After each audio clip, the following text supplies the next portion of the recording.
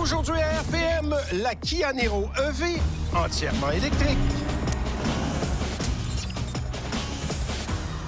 Deuxième génération du Kia Niro. Oui. Beaucoup plus mature en termes de design que la précédente. Vraiment. Et c'est dérivé du concept Habanero qui avait été dévoilé en 2019. On s'entend inspiré parce que le concept était un petit peu plus agressif et plus dynamique, éclaté. Ouais. Mettons, mais quand même, on arrive avec une approche qui est beaucoup plus mature, un peu moins jouet que la première génération. Oui. Il y a des éléments de design qui sont quand même singuliers avec le produit. Les phares sont placés très bas et aux extrémités. Oui. Je te dirais que ça prend une période d'adaptation. Au début, je le regardais puis j'étais pas sûr, mais on dirait que ça grandit avec le temps. Je l'apprécie un peu plus. Moi, j'aime le côté vraiment mature de ça. Oui. C'est vraiment beaucoup plus épuré comme approche à l'avant. Oui. Je trouve que c'est vraiment réussi. D'autant plus qu'on a une différence parce qu'on a une version électrique par rapport aux versions hybrides et hybrides rechargeables. Effectivement, l'ensemble du pare-choc avant est complètement différent. Par exemple, les versions hybrides et hybrides rechargeables, ça ici, ça va être plus mince.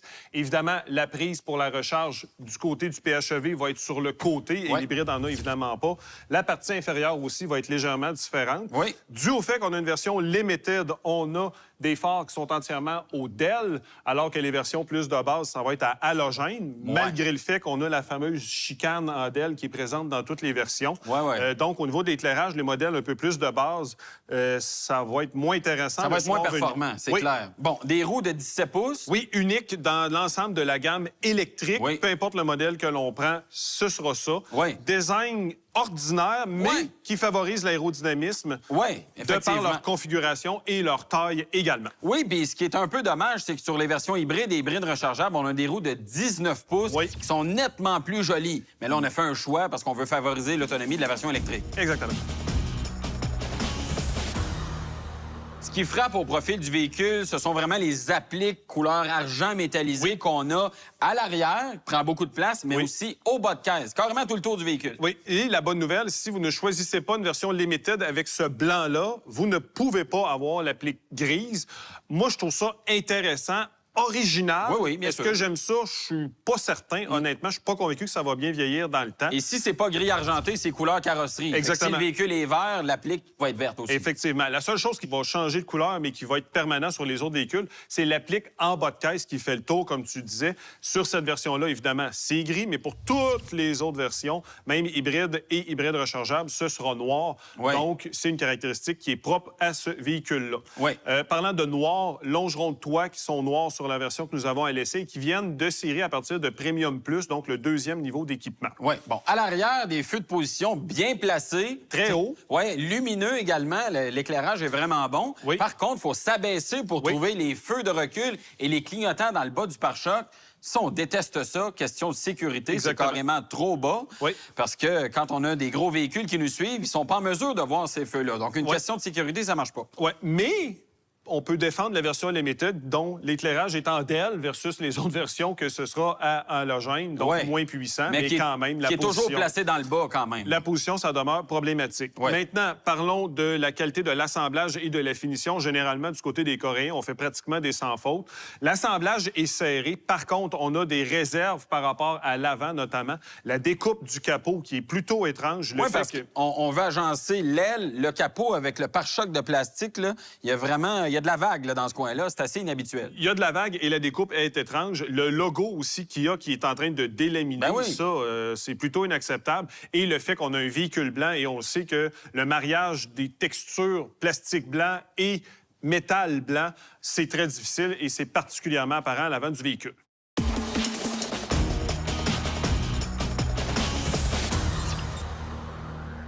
Alors qu'on serait porté de croire que prendre place à bord du Niro est exemplaire en raison de sa position et de sa hauteur, ce n'est pas le cas. Honnêtement, c'est même plutôt laborieux prendre place à bord. On se sent coincé. Ça, c'est vraiment étrange et ça s'explique franchement difficilement. Il faut le vivre pour le comprendre. Une fois en position, vous allez découvrir des sièges qui sont corrects sans plus. Chose que j'aime, par contre, c'est que la longueur de l'assise, elle est bonne. Un peu de support au niveau du dos, mais on n'a rien pour appeler sa mère ici. Ce ne sont pas des sièges qui vont passer à l'histoire, loin de là. En matière de visibilité, le pare-brise avant est très, très incliné, ce qui fait que la lunette avant, elle est très mince. Donc ça, c'est quelque chose qui est un peu tannant parce que le pavillon s'avance vraiment au-dessus de nos têtes. Ça, faut s'y habituer.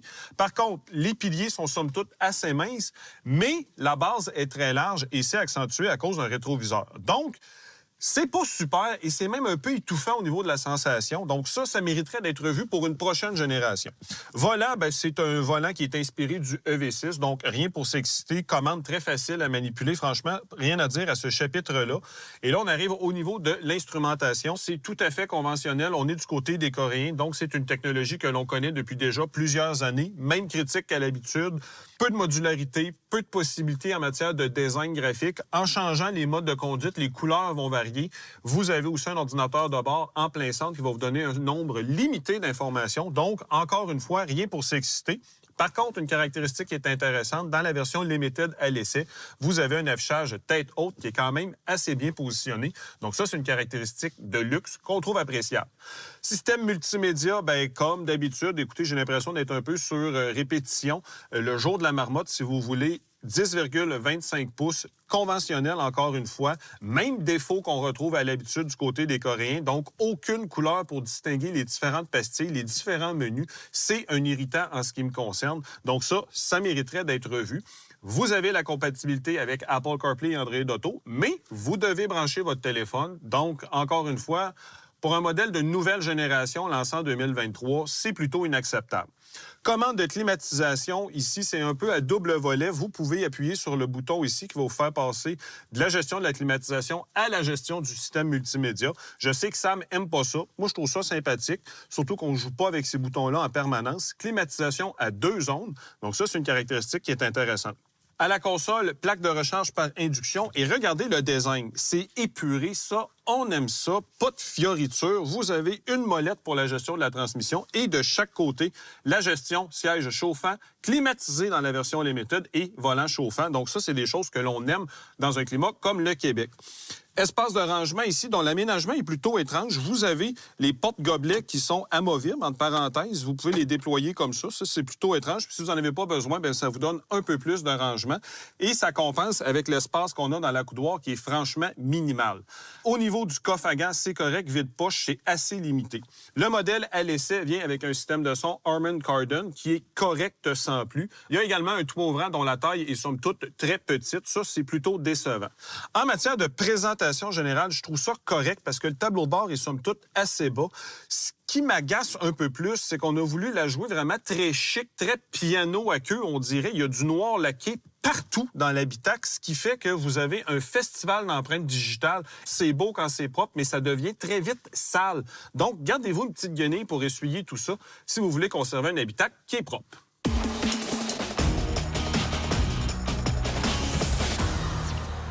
À l'arrière, l'accès à bord est facile parce qu'on a un angle d'ouverture de la portière qui est assez grand. Bonne ouverture dans la carrosserie également, bon passage pour les pieds. Seul point où il faut faire attention, c'est le toit qui est quand même assez bas. Faire attention pour pas se frapper la tête. Banquette qui offre à peu près aucun support. C'est vraiment très, très, très plat. Elle est un peu basse également. Bon, pour une personne de ma taille, ça peut aller, mais des adultes de plus grande taille vont carrément avoir les genoux dans le front avec l'impression d'avoir seulement les fesses déposées sur le siège. Vraiment, c'est pas tout à fait confortable à l'arrière du véhicule. Heureusement, on a une bonne visibilité latérale et quelques commodités qui viennent compenser un peu, dont des bouches de ventilation, prise USB au nombre de 2, derrière les sièges avant, poche de rangement et on a des sièges chauffants aux extrémités. Maintenant, pour ce qui est du coffre, on a un haillon électrique qui permet d'accéder à un coffre avec une bonne ouverture, mais avec un seuil élevé et un plancher qui est très bas. Donc, on doit soulever les objets pour les redéposer dans le fond du coffre. C'est pas vraiment bien pensé de ce côté-là.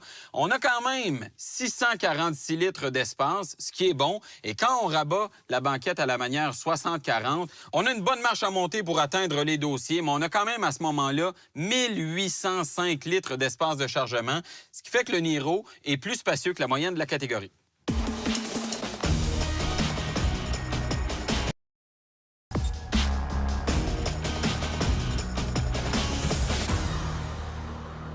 Merci beaucoup, Michael. La Kia V6 GT qu'on a testé en début de saison visait clairement la performance. Oui. Ici, avec le Niro, on vise plutôt l'économie. Exactement. Donc, une voiture beaucoup plus urbaine. Là, je ne m'attends pas à une accélération foudroyante, loin de là. Ce n'est pas le but, de toute façon. Mais on va aller l'essayer quand même. 200 chevaux, ça peut quand même valoir la peine. On ne sait jamais comment ça va se débrouiller.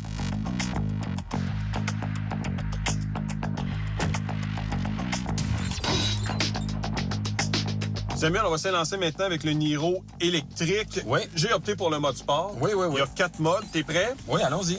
Un petit coup initial, mais ça se développe vraiment de façon linéaire, la puissance très progressive. Très, très progressif. Écoute. Rien pour faire peur, là. Non. Sérieusement, contrairement à ce qu'on voit souvent dans des véhicules électriques, même des véhicules concurrents, exemple une Chevrolet Bolt EUV ou une Bolt régulière, où ça va vraiment être saisissant à l'accélération. Ici, ce n'est pas du tout ce que l'on vise. Non, puis on sent vraiment que c'est le véhicule qui contrôle la livraison de la puissance initialement. Oui. On n'a pas la possibilité, même en mode sport, de faire un départ canon. Et la Chevrolet Bolt le permet. Et moi, ce que j'aime pas, c'est qu'on n'a pas cette possibilité-là avec le Niro. C'est le véhicule qui contrôle la puissance à notre place. Ben oui, mais eux, encore une fois, même si on est en mode sport, on vise toujours une plus faible consommation d'énergie. Oui, mais il y a un mode éco pour ça. Oui, mais clairement, on veut protéger cet aspect-là du véhicule. Malgré tout, on fait quand même une accélération à 7,3 secondes. Oui, ce qui est décent. Là. C'est décent, c'est pas extrêmement rapide, mais considérant sa vocation plus urbaine, ben moi, je trouve que ça marche quand même bien. Ouais.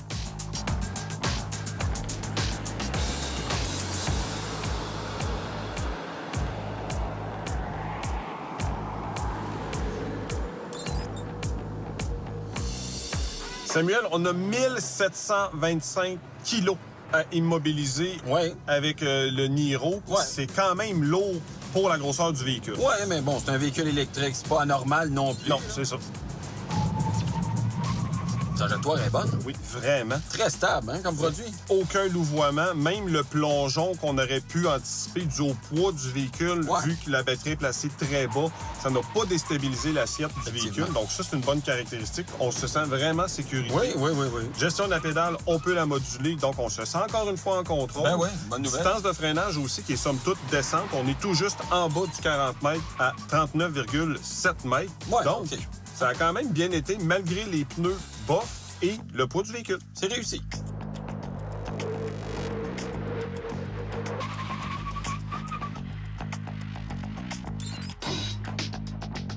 Épreuve du slalom maintenant avec le Niro. Oui, bien évidemment, c'est pas un véhicule de performance, donc je m'attends pas à un résultat extraordinaire, mais faut que ça marche quand même. Quand même. On a des pneus aussi à faible résistance. Direction, ça a l'air de bien marcher, là. Et quand même, bon, elle communique pas du tout, mais elle est quand même précise. Donc ça, c'est correct. Ça marche quand même dans ce temps-là. Oui, effectivement. Bon, c'est sûr que dans un cône large, c'est un peu plus difficile parce que les mouvements sont exacerbés, un peu plus de sous-virage, mais... Oui. T'as le poids du véhicule aussi qui est là. On y échappe pas. Quand même, les mouvements de caisse sont bien contrôlés. Ça demeure quand même assez prévisible là, comme comportement routier. Mais je m'attendais honnêtement à pire que ça. Parce que le véhicule est lourd, on a des pneus de piètre qualité, mais malgré ça, toujours en contrôle, une aisance aussi à faire l'exercice. Donc, c'est pas un véhicule dynamique. Non. Mais pour un usage urbain, franchement, ça fait amplement le travail. Bien d'accord.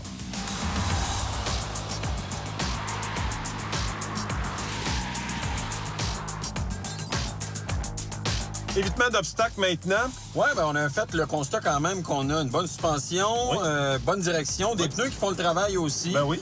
Performance de freinage qui est bonne aussi, mais on sait qu'avec les Coréens, c'est souvent difficile. Et là, 90 km/h, tous les systèmes de stabilité activés. Oui. Et monsieur. Et boy. Et que ça freine pas, ça, hein? Mais encore une fois, avec un produit coréen, même affaire, le système ABS, bye-bye, il est parti. C'est encore une fois le même problème parce que le véhicule relâche la force de freinage pour conserver la stabilité et ça fait une distance de freinage qui est vraiment très longue. Vraiment. On a eu un léger sous-virage initial, mais là, bon, on connaît la chanson, là, la force, la pression sur la suspension avant et le pneu, il y a toujours un peu de sous-virage.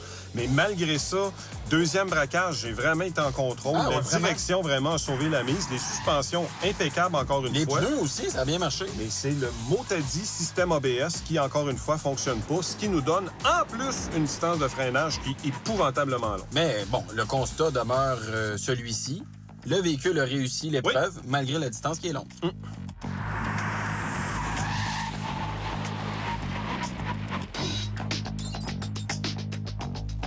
Une des particularités du constructeur sud-coréen Kia, c'est qu'on offre différents paramètres en fonction du niveau d'équipement pour ce qui est des aides et des assistances à la conduite. Dans le cas présent, on est à bord du Niro et il faut aller avec la version la plus équipée Limited comme nous avons à l'essai pour avoir droit au radar et à la caméra. Oui. Parce que les deux versions d'entrée de gamme, donc Premium et Premium Plus, elles auront droit uniquement à la caméra. Oui, qui est placé dans le haut du pare-brise. Et Exactement. ça change donc le fonctionnement du système. Oui. Ici, le véhicule va détecter un véhicule qui est placé devant entre 10 et 130 km/h. Oui. Sinon, pour les piétons et cyclistes, c'est 10 à 65, alors que pour l'autre système, c'est 10 à 60. Bon. Signal sonore, Un coudon. ça a très bien été. Oui. Écoute, signal sonore, on l'a évidemment bien entendu. Affichage dans l'affichage tête haute, même chose dans l'instrumentation. Et on a eu droit à un freinage qui était progressif.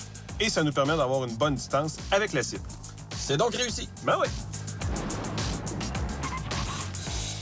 Luc-Olivier, le Niro a donné quand même une performance tout à fait acceptable sur la piste. Bien, on s'y attendait, Ben honnêtement. On s'attendait pas non plus à avoir des performances exaltantes parce que ce n'est pas du tout la vocation du produit. On dit souvent que c'est un véhicule qui est urbain pour la ville. Bien, on va aller faire un petit tour sur la route pour évaluer tout ça. Sur la piste, Luc-Olivier, on a clairement démontré que le Niro est un véhicule qui vise l'économie et non la performance. Et on retrouve le même genre de rendement sur la route. On va se le dire, là. Le Kia Niro électrique, c'est un petit char tranquille. Oui, oui. Si tu veux t'amuser au volant, te tirer d'un mur, avoir de la grosse performance, du dynamisme de conduite, de la puissance, t'es vraiment pas à bonne adresse. Ce n'est pas la mission du Niro EV. là. Du tout. Ce qui fait que, lorsqu'on prend ça en considération, c'est un produit qui livre vraiment bien la marchandise. Oui. Confortable sur la route, les suspensions, vraiment, offrent un confort qui est tout à fait décent. Oui, oui.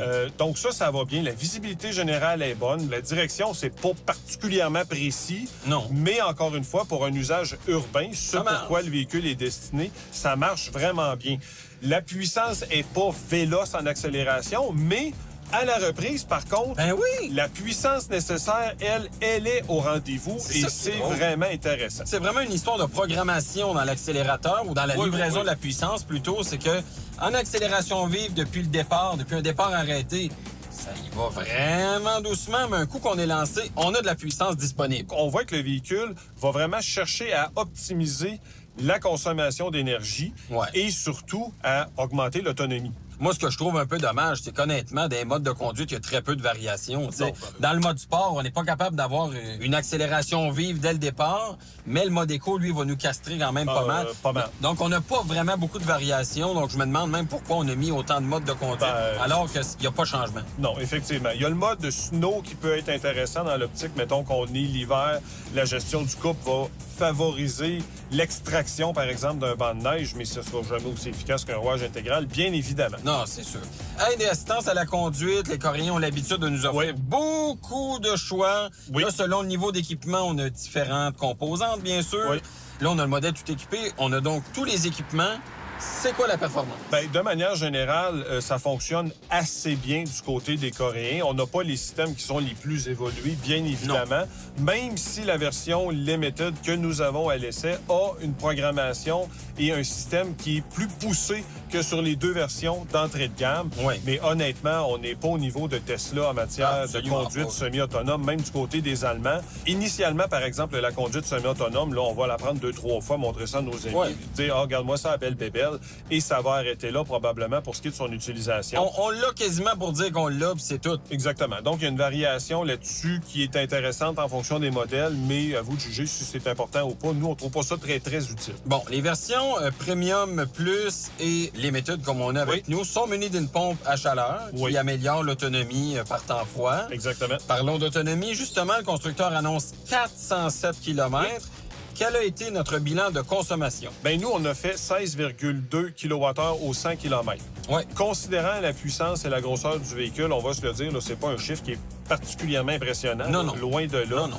Cette consommation-là nous aurait donné 400 km d'autonomie. Donc, on est quand même assez proche de ce que le constructeur annonce. À quelques kilomètres près. À quelques kilomètres près. Donc, dans cette optique-là, c'est intéressant. Mais il faut savoir qu'on ne peut pas jouer avec la grosseur des roues pour optimiser ou réduire ou augmenter l'autonomie. Il y D'une a version pas- à l'autre, là. Exactement. Au Canada, il n'y a pas de choix de batterie non plus. Donc, il faut quand même être conscient de cet aspect-là. Mais la bonne nouvelle, c'est qu'au moins, on a des modes de régénération qui nous permettent de bien contrôler le véhicule, de récupérer de l'énergie Plusieurs modes, conduite à une pédale, tout est là. C'est ça. Conduite à une pédale jusqu'à l'arrêt complet, ça, c'est une caractéristique qu'on aime beaucoup à bord des véhicules électriques et on l'a. Oui. Mais au-delà de tout ça, avec le Kia Niro EV Limited, on peut économiser 2418 $ et 3,8 tonnes de CO2 à tous les 20 000 km lorsqu'il est comparé à un véhicule à essence de même catégorie.